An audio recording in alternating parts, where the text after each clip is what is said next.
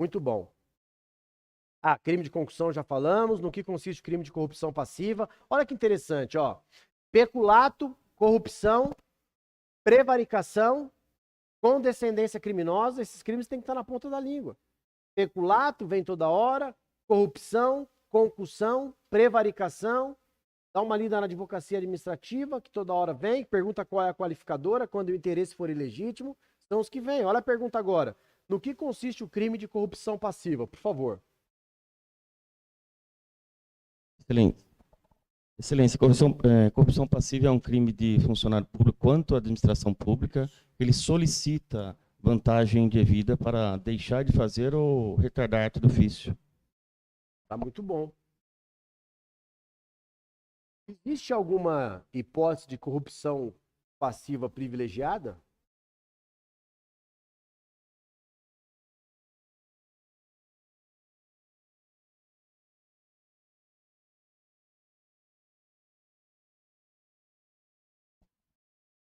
Lembrando que no dia não vai ter ninguém para lhe soprar partículas de resposta.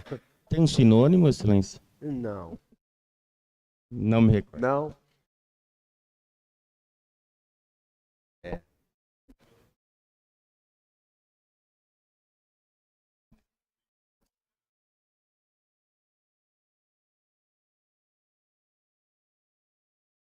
O que isso te lembra? Cuidado na resposta, hein, malandro? O que isso te lembra? Amor. O amor está no ar. Deus é maravilhoso.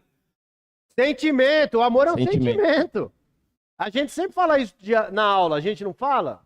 Deixar de praticar ou retardar indevidamente o ato de ofício ou praticá-lo contra a disposição da lei para satisfazer interesse ou sentimento pessoal. Essa é a grafia da prevaricação. Deixa de praticar, retarda, pratica indevido para satisfazer interesse ou sentimento. Então, na prevaricação, eu tenho um sentimento pessoal que liga o funcionário público ao destinatário do ato. Eu sempre falo isso. Quando eu vou lá cumprir o mandado de busca na casa do cara, eu falo, pô, o cara é meu amigo de infância. Aí você fala, vamos fazer o seguinte, meu.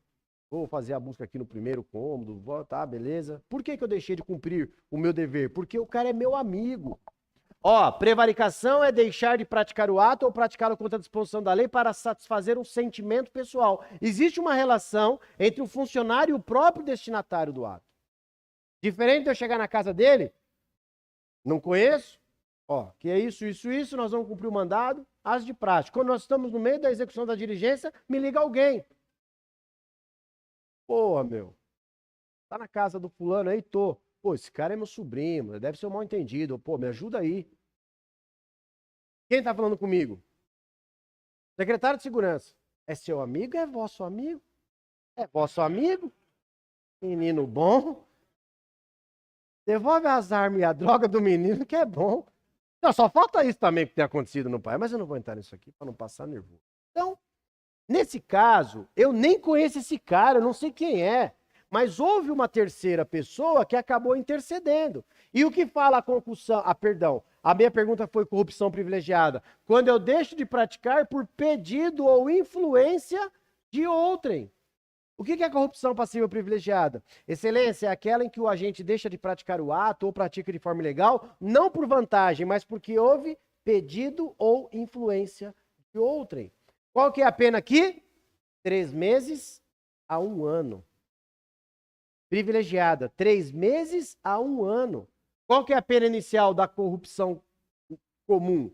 Reclusão de 2 a 12.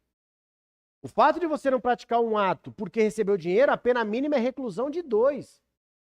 O fato de você não praticar o fato porque houve uma interferência de alguém é máxima de detenção de 1. A máxima da privilegiada é metade do mínimo da comum num regime mais brando. É muito diferente. Lembrou? Qual é o momento que se consuma o crime de corrupção passiva? Excelência, se consuma no momento em que o agente simplesmente solicita ou aceita a promessa da vantagem. E se em razão da vantagem ele não praticar o ato? Causa de aumento de pena. O funcionário público que solicita uma vantagem, Que crime comete? Você vai falar, excelência, ele comete o crime de corrupção passiva. E se em razão dessa vantagem ele não fizer aquilo que determina a lei, aí nós teremos uma causa de aumento de pena. O que eu estou falando para vocês está tanto no 317 quanto no 333, parágrafo único. Então a corrupção ativa tem a mesma causa de aumento de pena da corrupção passiva. A corrupção ativa é o particular que oferece ou entrega vantagem. E se em razão da vantagem ele não pratica, causa de aumento, tanto na ativa quanto na passiva.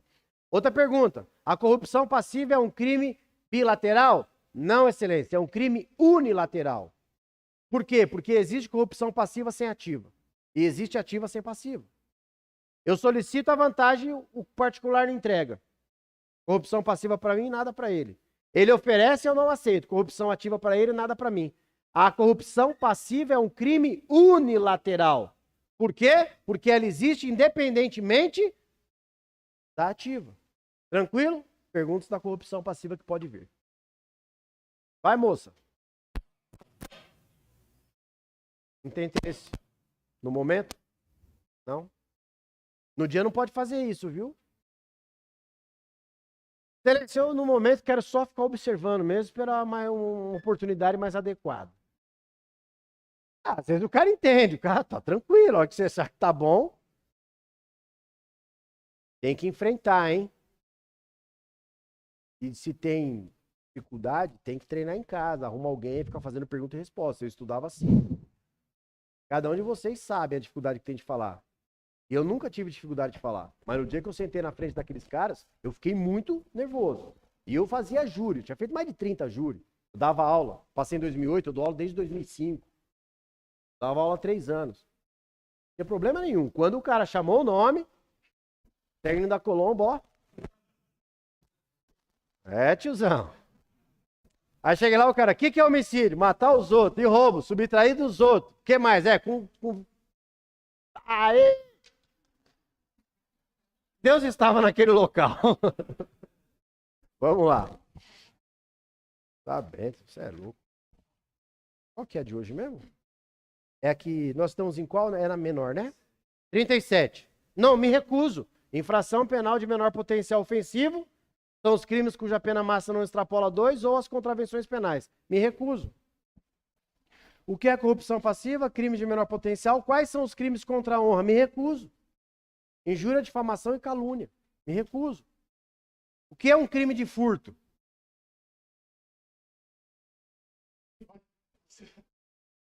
Vamos lá.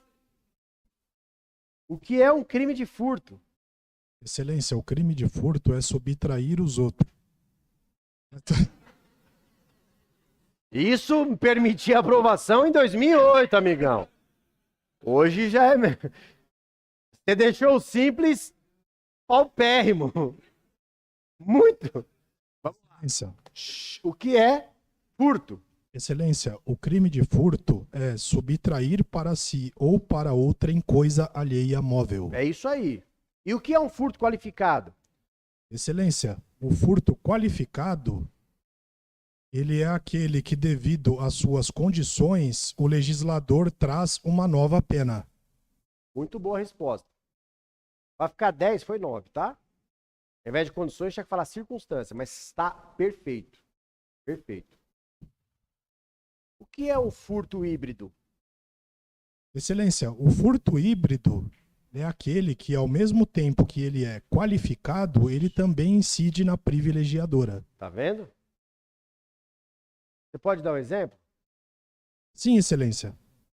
Por exemplo, quando o objeto é de pequeno valor e, diante das circunstâncias objetivas, o indivíduo comete alguma causa que o qualifique para a subtração do bem. Nós podemos citar, por exemplo, o indivíduo que emprega o uso de uma chave falsa para adentrar em uma residência e furtar um objeto de pequeno valor. Aí virou uma confusão conceitual. Minha pergunta não é fácil. Quem me segue no Instagram já viu meu post lá, furto híbrido, eu explico. E o que ele fez? O que ele falou não está errado, só que ele está falando da incidência do furto mínimo na qualificadora. E é possivelmente. O furto híbrido, como o homicídio, é aquele que é ao mesmo tempo privilegiado e qualificado.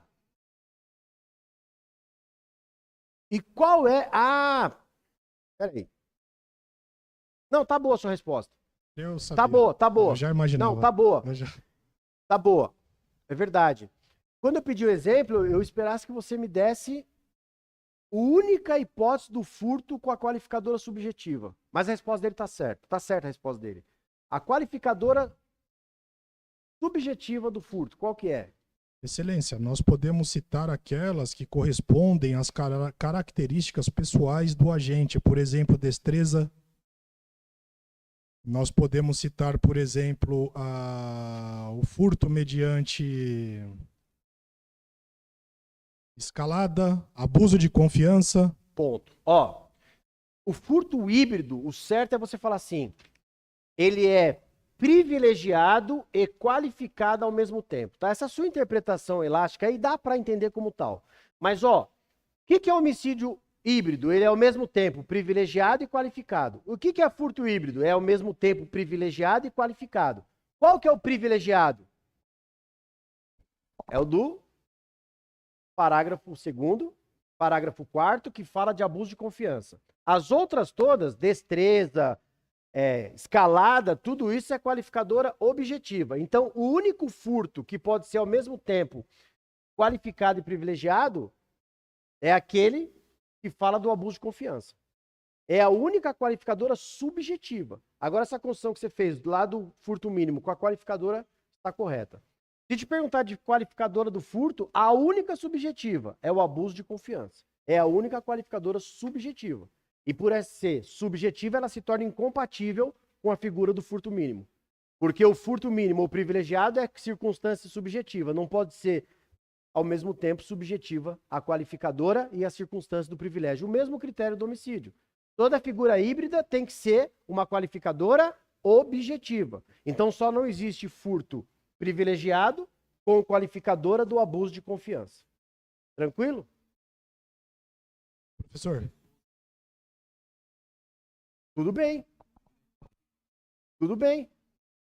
Concurso de pessoas para furtar objeto de pequeno valor. Privilegiado, qualificado pelo concurso. O que não pode é privilégio concomitante com a qualificadora do abuso de confiança. Porque ela é de caráter subjetivo. E a privilegiadora também é subjetivo. É igual o homicídio. Toda figura híbrida, você tem que falar sempre a mesma resposta. Ela é compatível desde que a qualificadora não seja subjetiva. Por quê? Porque a subjetividade já está no privilégio. Qual que é? Furto, qualificado, energia elétrica e internet podem ser objeto de furto? Passou para frente ou para o lado? Para o lado, por favor. Energia elétrica Excelência. e internet podem ser objeto de furto? Excelência. O furto de energia elétrica é o famoso gato. É quando o agente, por meio de ligação clandestina, utiliza-se de ligação diretamente da rede de energia elétrica, não passando pelo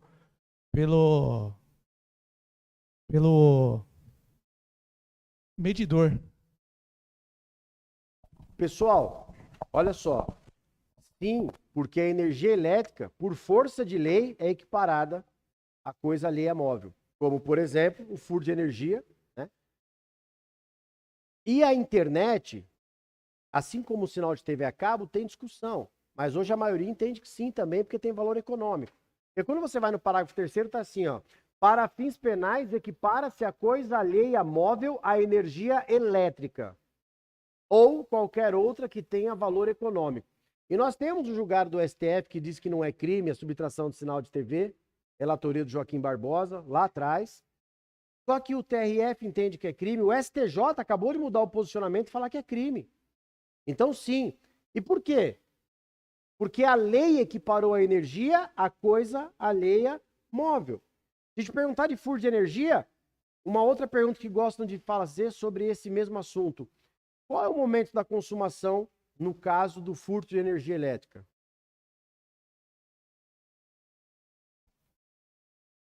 Excelência. Trata-se de um crime permanente. Crime permanente. Enquanto o seu fio está ali, o que está acontecendo? A energia, que é equiparada à coisa alheia, o objeto está sendo atingido de forma ininterrupta. Crime permanente. Flagrante a qualquer tempo. Tranquilo? Tanto sinal de TV quanto de internet, entende-se que sim. E energia elétrica é a própria lei quem fala. É equiparada a coisa alheia móvel para fins penais.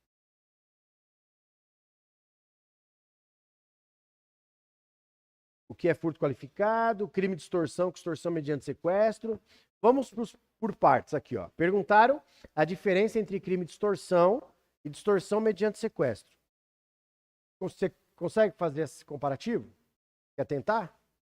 Vamos lá. Por favor, então, a diferença entre os crimes de extorsão e extorsão mediante sequestro. Tudo para cima? Excelência, o crime de extorsão consiste em exigir vantagem econômica mediante violência ou grave ameaça. A diferença com a extorsão mediante sequestro é que o indivíduo ele retém a vítima até obter essa vantagem. Nesse caso, tem um aumento de pena que consiste num crime hediondo. É o aumento de pena do crime de extorsão mediante sequestro? Qual que é o aumento de pena?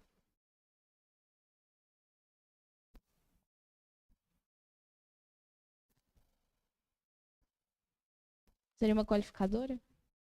Crime de extorsão mediante sequestro não tem causas de aumento, só qualificadoras.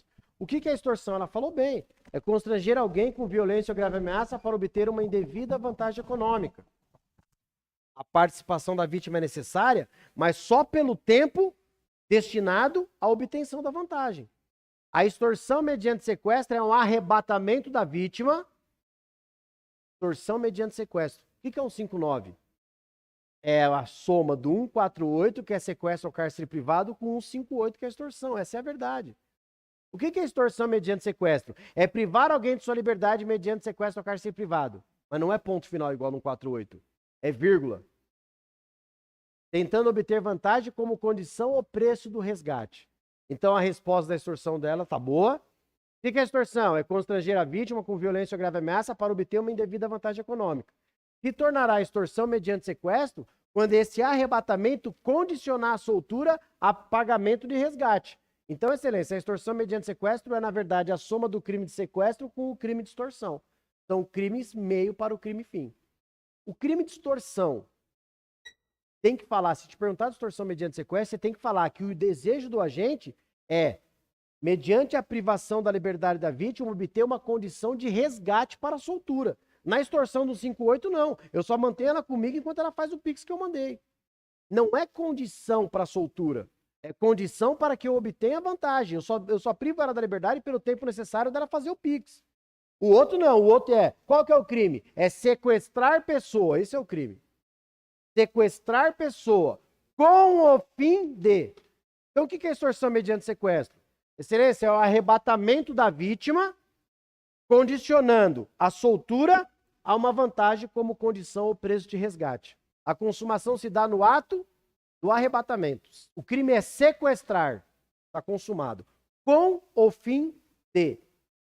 A gente fala de delito de tendência. A extorsão é um crime hediondo? Sim ou não? Depende. Sim? Não. Depende. A senhora vai na alternativa A, B ou C? Excelência, só a extorsão não. Agora, A extorsão, isso, ó. A extorsão sem ser mediante sequestro. A extorsão do 158 é um crime hediondo? Não. Nenhuma hipótese.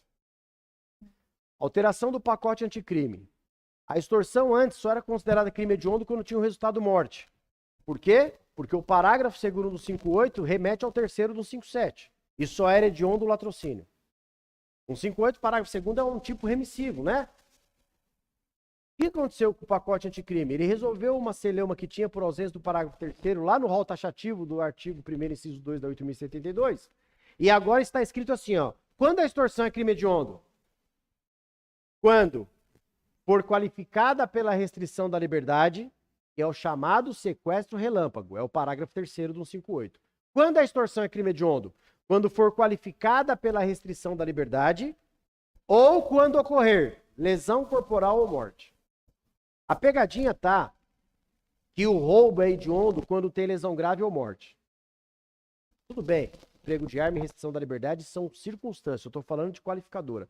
Quando que o roubo é hediondo? Quando tem lesão grave ou morte. E a extorsão? Lesão corporal.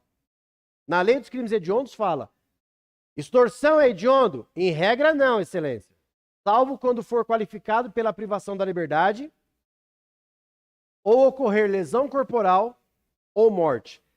Lá não fala lesão grave como no roubo, só fala lesão corporal, ok? Lesão corporal. A extorsão é crime hediondo? Em regra não, salvo quando for qualificada pela restrição da liberdade, quando houver lesão corporal ou morte. E a extorsão mediante sequestro é sempre crime hediondo. Sempre crime hediondo. No que consiste o crime de apropriação indébita? Por favor. Excelência, Vamos tentar acabar, mas acho que não vai dar, tá? Vamos lá. Excelência, o crime de apropriação indébita é o crime de o agente se apropria de coisa alheia móvel a qual tem a posse. Como exemplo, uma pessoa, o agente que pede um veículo emprestado e ele decide com ânimos de permanecer como dono, porém ele só tinha a posse. Boa sua resposta. Sua resposta é boa. Apropriação indébita é exatamente o que ele falou. Apropriar-se de coisa alheia móvel de que tem a posse lícita. A resposta dele me deu a apropriação indébita propriamente dita, que é a negativa de restituição. Mas eu também tenho a apropriação indébita quando o agente que tem a posse precária, por exemplo, a título de comodato, que foi o seu exemplo de empréstimo do carro, ele pega o carro e se desfaz praticando atos típicos de proprietário daquilo que ele não podia dispor. Então pode ser se negando a devolver, pode ser, por exemplo, você pegando isso que você tem em empréstimo, cuja posse é precária, e se desfaz disso presenteando outrem. O crime de apropriação indébita admite tentativa?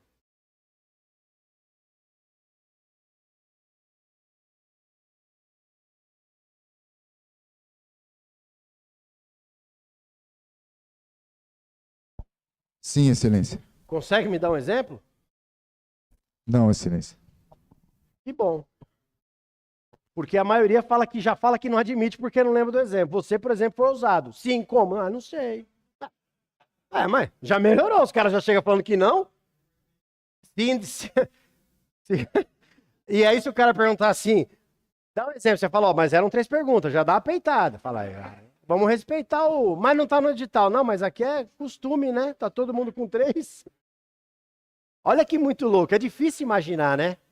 Mas sabe por que admite? Porque todo crime material admite tentativa. A apropriação indébita é um crime material. Suponhamos que você empreste o seu objeto para alguém. Essa pessoa, na posse do seu objeto, que ela tem a posse precária, ela anuncia a venda. Você vê o anúncio, vai na casa do cara e fala, você está vendendo meu telefone? Ah, é que eu estou em estado de necessidade. E pega o telefone de volta. Tentativa de apropriação indébita. Difícil, né? Admite tentativa? Sim, excelência. É um crime material e admite tentativa. Quando, por exemplo, ele vai tentar praticar ato típico de proprietário com a coisa que é minha e está emprestada e eu surpreendo e impeço que ele doe, que ele venda. Tranquilo? Muito bem. Apropriação indébita é posse precária com inversão de ânimos depois de recebê-la.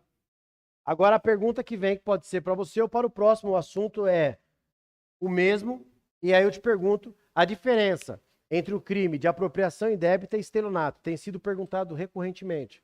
A diferença entre o crime de apropriação indébita e estelionato, por favor. Excelência, o crime de apropriação indébita, a diferença está na inversão, no momento da inversão da posse do objeto, em que a apropriação indébita, a posse do objeto já está sobre o agente que vai cometer o crime, e o estelionato, o agente... Só um minuto de excelência que eu vou reformular minha resposta. Vamos lá.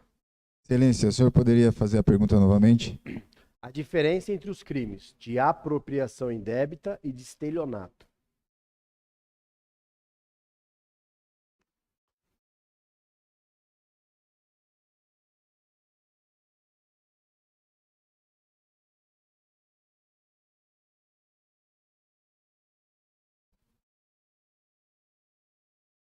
Excelência, a apropriação indébita, como eu disse, a posse do bem o qual vai ser cometido o crime já está sobre o agente já tem a posse. Ao passo que o estelionato, o bem não está... O agente ele não tem a posse do bem. Ele vai utilizar-se de subterfúgios para fazer com que a vítima entregue o bem entregue o bem dessa maneira, cometendo o crime de estelionato. Está no caminho do sucesso. E você está vendo que você está com variações, né? Mas está no caminho. Eu vou locar um carro para fazer Uber de domingo. Certo? Vou lá, loco o carro, faço o contrato, dirijo ele 30 dias, chego no final do mês e falo, ganhei R$1.500, o carro é R$1.300 de aluguel, pus gasolina, não tá valendo a pena.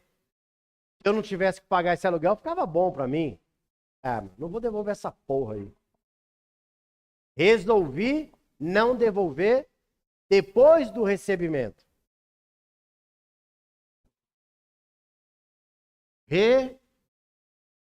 Recebimento.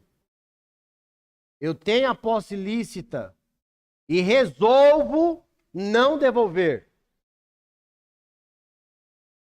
O dolo é posterior. Troca a palavra posse por dolo. E no estelionato? No estelionato eu vou lá, pego uma fotografia minha, monto o documento falso, vou na locadora para locar o carro, eu já não queria devolver antes de receber. Na apropriação, no estelionato, o dolo antecede o recebimento da coisa. Quando eu vou na localiza com um documento falso, eu já quero me apropriar daquilo e uso a fraude consistente na apresentação de documento falso. Quando eu recebo, eu já não queria restituir. Na apropriação indébita, não. Eu começo com uma posse lícita, mas depois resolvo não devolver porque a locação está cara. Qual a diferença entre os crimes de apropriação indébita e estelionato? Excelência, o momento não é da posse, é do dolo. No estelionato, o dolo antecede o recebimento. Ele vai locar um carro com um documento falso que antes de receber ele já não quer devolver. Na apropriação indébita, o dolo é posterior ao recebimento. Ele recebe licitamente e resolve. O que é apropriação indébita? É você ter uma coisa de forma lícita e altera o estado anímico depois com intenção de negativa de restituição ou prática de ato típico de proprietário que não lhe pertine. Depois. Tem sido perguntado. Passa para o próximo que eu vou fazer uma pergunta para ele que não é a próxima que está aqui. Ou seja, ele já foi estudando a próxima, não vai surtir efeito. O tempo dedicado. Eu quero, porque é uma outra que tem nexo de causalidade com o que está sendo falado e tem sido perguntado. Qual é a diferença entre os crimes de furto e apropriação indébita?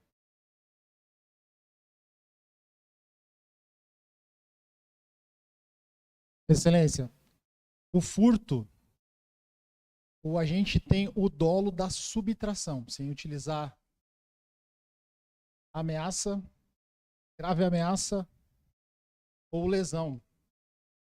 Já na apropriação indébita, o agente age como dono. O dolo é posterior à posse do objeto. O dolo posterior ao recebimento, que é a posse, diferencia ele do crime de estélio. A outra pergunta que tem sido feita é a diferença entre furto e apropriação indébita. Aí você foi meio que levando o discurso para o lado da diferença do roubo, né? Nenhum deles tem violência ou grave ameaça. Furto e apropriação indébita, lembra não? Lembra? Você já foi meu aluno? Não? Uma pena. E a gente sempre dá o exemplo da biblioteca. Às vezes também não quer dizer nada, que tem cara que foi aluno e não lembra nada do que eu estou falando. Então, você vê que é uma expectativa que eu tenho, mas que às vezes não se faz presente. Né? Pelo menos compraram o livrinho, Deus é maravilhoso, olha lá. É R$1,30 na conta o mês que vem. Então vamos lá, ó. Tô fudido, né, mano?